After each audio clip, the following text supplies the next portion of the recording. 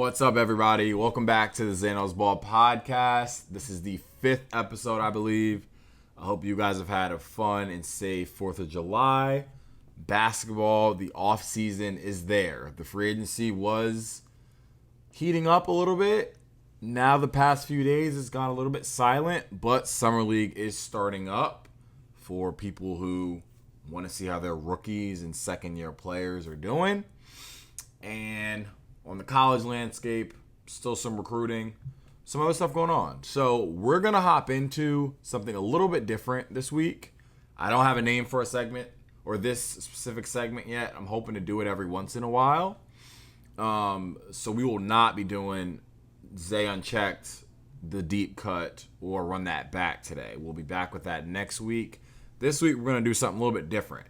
And basically what it's going to be is me going over some of the top stories around the NBA, but trying to get through as many as I possibly can while mentioning a lot of the key details, but again, not going super in-depth, just updating you guys on certain things that you might know or might need some clarification on. And obviously, as of this point in the NBA season, things have died down with certain news to talk about, so I won't mention everything. But like I said, this won't be simply the NBA. There'll be some college stuff potentially, and even some WNBA stuff. So when we come back, we're going to get right into it. This will be a shorter episode this week, but stay tuned and listen to these saxophones until we come back from break.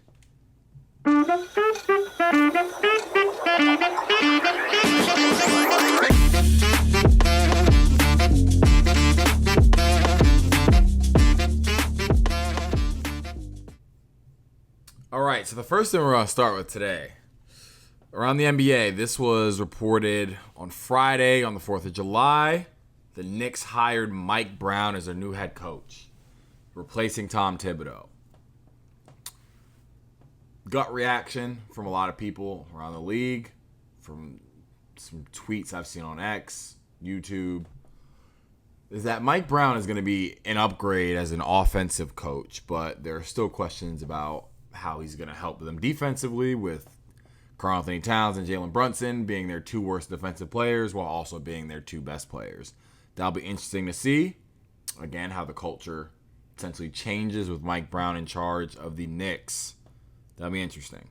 In the WNBA, Caitlin Clark, who didn't play in the WNBA Commissioner's Cup, which is very similar to the NBA Cup on the NBA side, the Indiana Fever won. And while they were celebrating in the locker room, a teammate on the Fever was on Instagram Live, and you could hear Caitlin Clark say, "You get more money for this than you do if you're the WNBA Finals champion."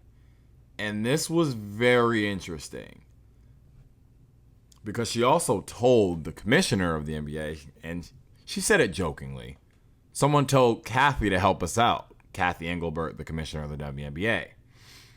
And I did some math here, and I've also done a little bit of reporting, some secondhand reporting that basically says for winning the WNBA Finals, each player receives about $11,000 each for each player.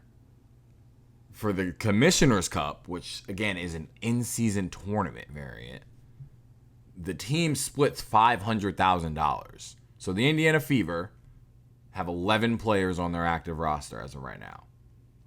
That means that each player would probably make around $45,000. In the grand scheme of things compared to the NBA, that's still very minimal. But that's about $30,000 more than you would if they won the WNBA Finals. When I'd seen that, that was just a little backwards to me. It didn't make much sense. And again, her salary, Caitlin Clark, she makes about $78,000. So, just in general, I found that to be interesting. But considering it's Caitlin Clark calling that out, that might be the exact person that you need to make that statement, even if she was joking, to see if some changes are made as more teams are getting added, and again, maybe maybe some things change over the next few years. So that'd be interesting.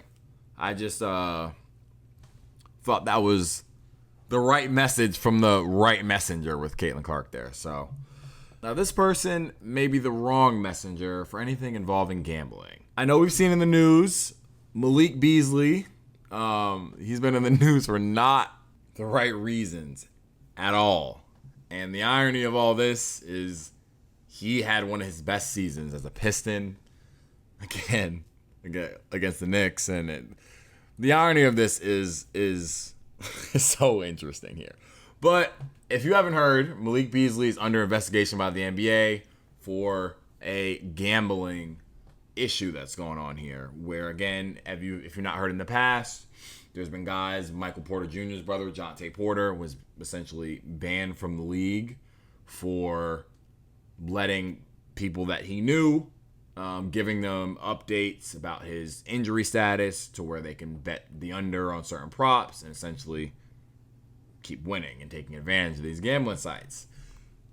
Now, Malik Beasley hasn't been charged or accused of anything yet. It's just an active investigation. But on top of this, he's being sued by his former agency, Xay Sports. So essentially what happened here was Xay Sports Management, who Malik Beasley. I've been watching too much Big Three. Malik Beasley. Basically what happened is, I'm going to try to explain this in the most simple way possible so we can move on. When you sign with an agency, sometimes they give you an advanced payment or a loan up front. And they expect that once you make this money back through endorsements and a cut of your deals, they will make that money back over time. So essentially here, Xay Sports Management, they gave Malik Beasley $625,000, according to The Athletic, expecting, again, to earn that money back over time through deals and other commission. And it's a common thing in sports marketing and agency stuff. Now, a year later, Malik Beasley fired the group and essentially left and broke the contract. If I'm not mistaken, the contract was for 4 years, and he left right away. So essentially, the agency can ask for that money back. And now they are suing Malik Beasley for these reimbursements that, if I'm not mistaken, according to The Athletic, it could be up to $2 million in damages. So again, Malik Beasley's having it rough here.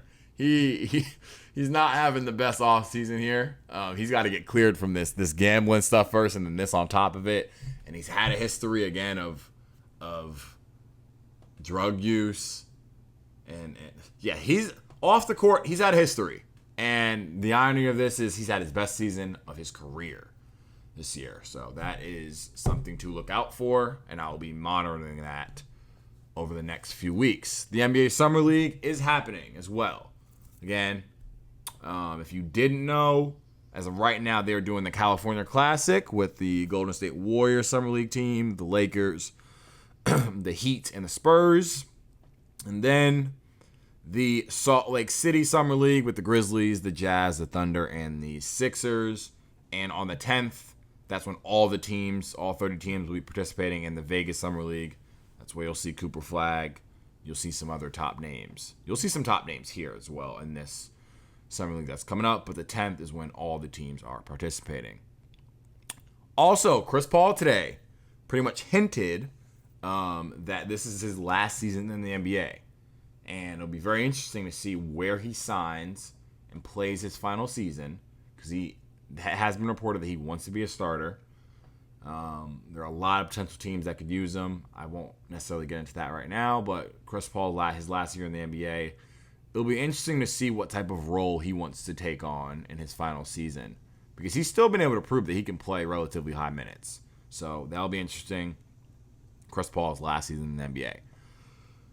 Also, as of yesterday, Cam Whitmore was traded to the Washington Wizards for 2 second-round picks, essentially.